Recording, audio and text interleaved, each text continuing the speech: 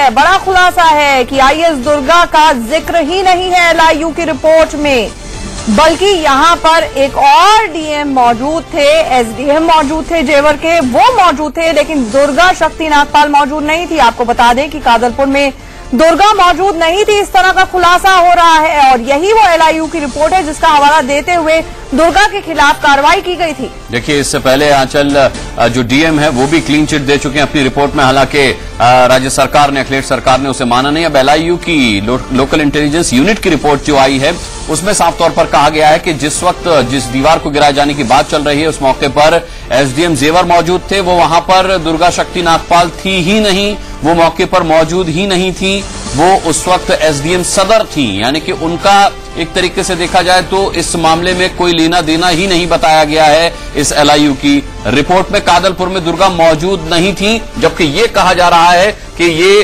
दीवार दुर्गा ने ही गिरवाई और वहां के गांव वाले भी अब एक ही सुर में बोल रहे हैं कि वहां पर दुर्गा ने अपनी देखरेख में ये सब काम करवाया था।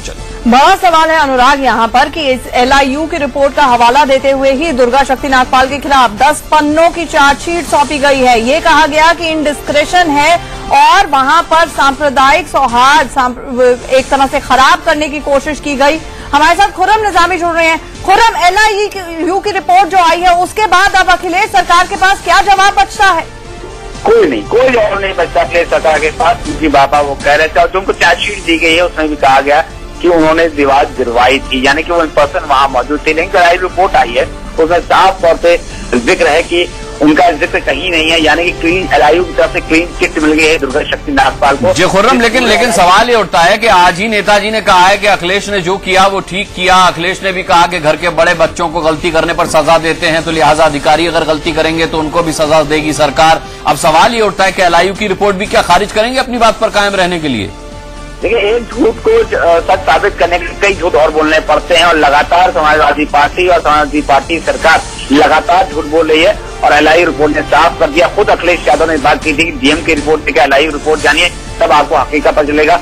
हम लोगों ने वही जाना है और हकीकत सामने आई है कि दुर्गा शक्ति नागपाल उस वक्त वहां मौजूद नहीं थी और जो दीवार गिराई गई है वो एसडीएम जेवर और थानाध्यक्ष रघुपुरा द्वारा गिराई गई, वो लोग वहां मौजूद थे और वहां क्या कंप्यूटर उसका भी जिक्र है। लेकिन इस पूरी रिपोर्ट में जो हम अपने दर्शकों को दिखला रहे हैं, इस पूरे रिपोर्ट में कहीं भी जिक्र नहीं है दुर्गा शक्ति नागपाल का, तो एक बड़ा झूठ पकड़ा गया है मुख्यमंत्री अखिलेश यादव का।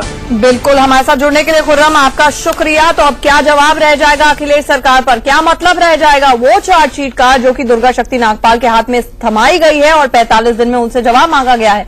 रुक रहे हैं यहाँ पर एक